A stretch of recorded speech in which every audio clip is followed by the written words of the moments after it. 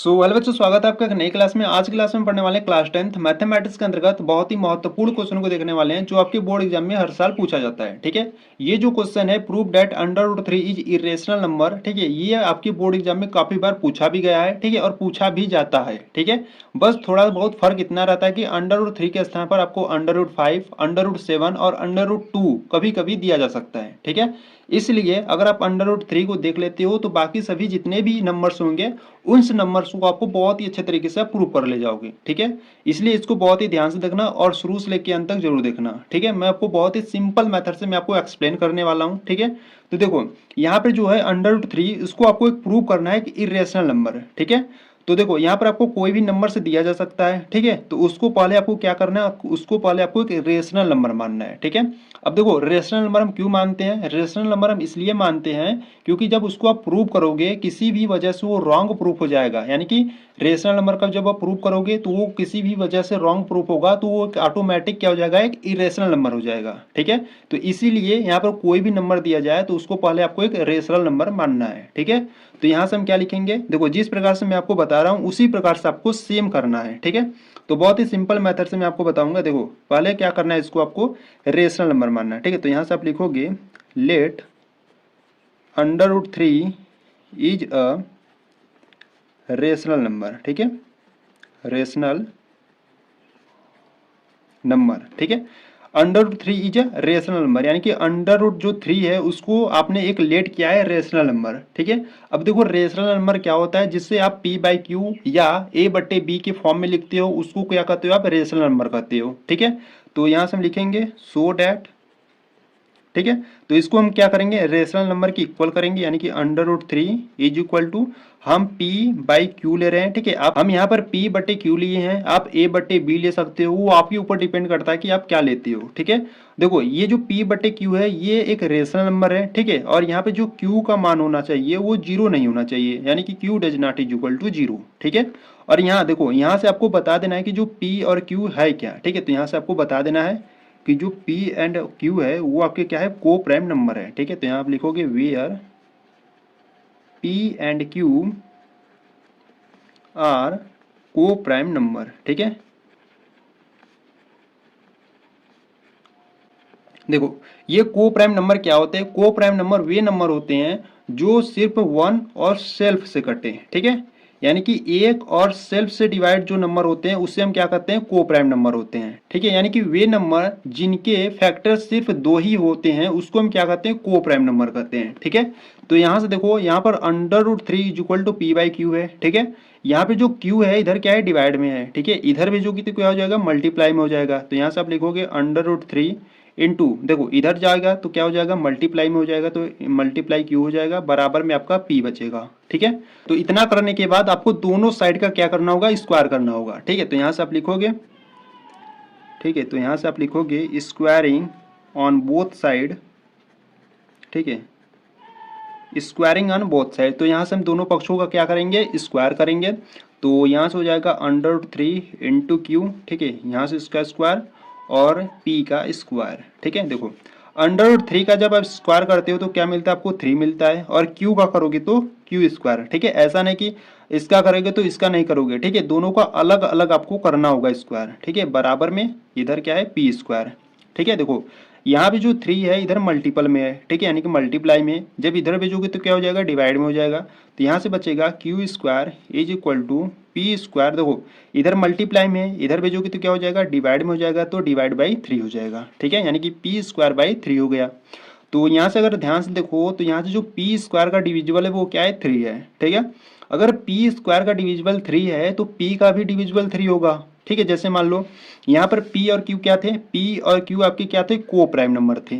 ठीक है, तो यहाँ से हम मान लेते हैं, यहाँ पर हम p इज इक्वल टू कोई नंबर से मान लेते हैं। ठीक है, को प्राइम नंबर ही मानेंगे, तो यहाँ से हम p इज इक्वल टू 3 मान लेते हैं। ठीक है, तो देखो यहाँ पर p का स्क्वायर है तो यहाँ पर हम 3 का क्या करेंगे, स्क्वायर करेंगे, और बट्टे में क्या है, बट्टे में आपका 3 है। ठीक है, अब देखो जो 3 का स्क्वायर होता है वो क्या होता है, 9 होता है। ठीक है, और बट्टे में क्या है, 3 है। ठीक है, तो 3 1 जा 3 और 3 3 जा कितना होता है, 9 होता है। तो जो 3 है वो कितनी बार में डिविजिबल किया 9 को, तो 3 बार में डिविजिबल किया, यानी कि डिवाइड कर दिया। ठीक है। तो आप कह सकते हो कि जो 3 स्क्वायर है वो 3 का क्या है, डिविजिबल है। ठीक है। इसी प्रकार से मान लो p इक्वल टू हमने क्या माना था, 3 माना था। ठीक है। और यहाँ से देखो इस प्रकार इससे प्रूव करेंगे, अगर p स्क्वायर 3 से डिविजिबल है तो p भी 3 से डिविजिबल होगा। ठीक है। तो p बराबर हमने 3 माना है और बट्टे में क्या है, 3 है या 3 है। ठीक है। तो यहाँ से इसको जब आप डिवाइड करोगे तो क्या हो जाएगा, एक बार में डिवाइड हो जाएगा। ठीक है। तो यहाँ से आप कह सकते हो कि जो पी स्क्वायर है वो 3 का अगर डिविजिबल है तो पी भी क्या होगा, 3 का डिविजिबल होगा। ठीक है। तो बस इसको क्या करना है, आपको इक्वेशन फर्स्ट बना लेना है और यहाँ पर आपको लिखना है, यहाँ पर आप क्या लिखोगे, यहाँ पर आप लिखोगे पी स्क्वायर। ठीक है। P square is divisible by 3। ठीक है। अगर पी स्क्वायर 3 से डिविजिबल है तो पी भी 3 से डिविजिबल होगा। ठीक है। तो इसीलिए यहाँ पे लिखोगे, इसीलिए P is also divisible by 3। ठीक है। अगर p स्क्वायर 3 से डिविजिबल है तो p भी डिविजिबल होगा 3 से। ठीक है। तो इस प्रकार से लिख दिए। देखो अब यहाँ पर आपको क्या करना होगा, यहाँ से आपको फिर आपको लेट करना होगा। ठीक है। क्या लेट करोगे, देखो यहाँ से जो p था वो क्या किससे डिविजिबल था, 3 से। ठीक है। तो यहाँ से आप p इज इक्वल टू 3 मानोगे। ठीक है। और यहाँ पर हम मान लेते हैं k आपका यहाँ पर कोई इंटीजर होगा। ठीक है। आप k के स्थान पर आप कुछ भी x y z कुछ भी मान सकते हो। ठीक है। तो हम p बराबर 3 के क्यू मानते हैं। हम इसलिए मानते हैं, देखो ये जो p बराबर है यहाँ पर हम 3 के माने हैं, इसका मान हम इसी मान में रखेंगे, यानी कि p के स्थान पे रखेंगे तो वो 3 से डिविजिबल हो जाएगा। ठीक है। और यहाँ पे आपका k क्या है, आपका कोई इंटीजर नंबर है। तो यहाँ पे देखो, यहाँ पर आपको बता देना है कि where k is an integer. ठीक है। तो देखो k आपका कोई इंटीजर है, यानी कि हम k के स्थान पर कोई भी इंटीजर नंबर ले सकते हैं। ठीक है। जैसे मान लो यहाँ पर p बराबर क्या है, 3k है। ठीक है। k के स्थान पर हम कोई भी नंबर ले सकते हैं। जैसे मान लो हम 1 लेंगे तो 3 1 जा 3 होगा। ठीक है। जो कि 3 से क्या होगा, डिवाइड होगा, जो कि 3 से क्या होगा, डिविजिबल होगा। ठीक है। इसी प्रकार से मान लो 2 लेंगे तो 3 2 जा कितना होगा, 6 होगा, जो कि 3 से क्या होगा, डिविजिबल होगा। ठीक है। मान लो 3 लोगे तो 3 जा कितना होगा, 9 होगा, जो कि 3 से क्या होगा, डिविजिबल होगा। ठीक है। तो इसीलिए हम p इक्वल टू 3 के माने हैं और यहाँ से k बता देना कि k क्या है, आपका k आपका एक इंटीजर नंबर है। ठीक है। तो ये जो आपका मान है p इक्वल टू 3 के, इसको क्या करोगे, इक्वेशन नंबर 1 में पुटअप करोगे। ठीक है। तो यहाँ से आप लिखोगे, क्या लिखोगे, यहां से आप लिखोगे पुटिंग दिस वैल्यू। ठीक है। Putting this value in equation first. ठीक है। यानी कि p इक्वल टू जो 3k है, इसको आप इक्वेशन नंबर फर्स्ट में पुटअप करोगे। ठीक है। तो यहां से आपको मिलेगा q square is equal to, देखो p इक्वल टू क्या है, 3k है, तो यहाँ पर p स्क्वायर है। ठीक है। तो यहाँ पर हम p के स्थान पर पहले हम 3k रखेंगे और इसका स्क्वायर है, और बाई में क्या है, बट्टे में क्या है, 3 है। ठीक है। तो यहाँ से इसको सॉल्व करेंगे तो q square is equal to 3 का जब आप स्क्वायर करोगे तो आपको 9 मिलेगा, और k का करोगे तो k स्क्वायर, और बट्टे में क्या है, 3 है। ठीक है। 3 1 जा 3, 3 3 जा 9। ठीक है। तो यहाँ से आपका क्या बचा, q square is equal to 3k square बचा। ठीक है। अब देखो इधर जो 3 है इधर मल्टीपल में है। ठीक है। इधर लाएंगे तो क्या हो जाएगा, डिवाइड में हो जाएगा, यानी कि q स्क्वायर बाई हो जाएगा 3 बराबर में k स्क्वायर। ठीक है। अगर आप इसको सही फॉर्म में लिखना चाहते हो तो इस प्रकार से लिख सकते हो, k square is equal to q square by 3। ठीक है। देखो अगर q स्क्वायर 3 से डिविजिबल है तो q भी 3 से डिविजिबल होगा। ठीक है। जैसे यहाँ पर हम समझे थे, अगर p स्क्वायर 3 से डिविजिबल है तो p भी 3 से डिविजिबल होगा। ठीक है। तो इसी प्रकार से यहाँ पर भी है, अगर q स्क्वायर 3 से डिविजिबल है तो q भी 3 से डिविजिबल होगा। ठीक है। तो यहाँ से आपको लिख देना है, सो q square is divisible by 3। ठीक है। तो इसीलिए q इज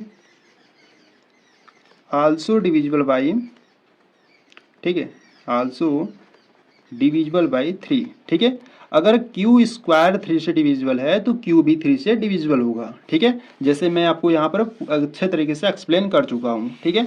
तो इतना करने के बाद देखो यहाँ पर अगर हम बात करें, ठीक है, देखो यहाँ पे जो था p square is divisible by 3 था। ठीक है। और यहाँ पे देखो q square is divisible by 3, यानी कि p और q का जो कॉमन वैल्यू है वो क्या है, 3 है। ठीक है।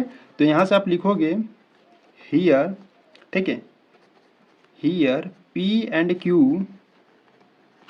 have 3 as कॉमन फैक्टर, ठीक है। यानी कि जो P एंड Q का जो कॉमन फैक्टर है वो क्या है, 3 है, ठीक है। तो इसीलिए यहाँ पर लिखोगे सो, ठीक है, सो आवर अजप्शन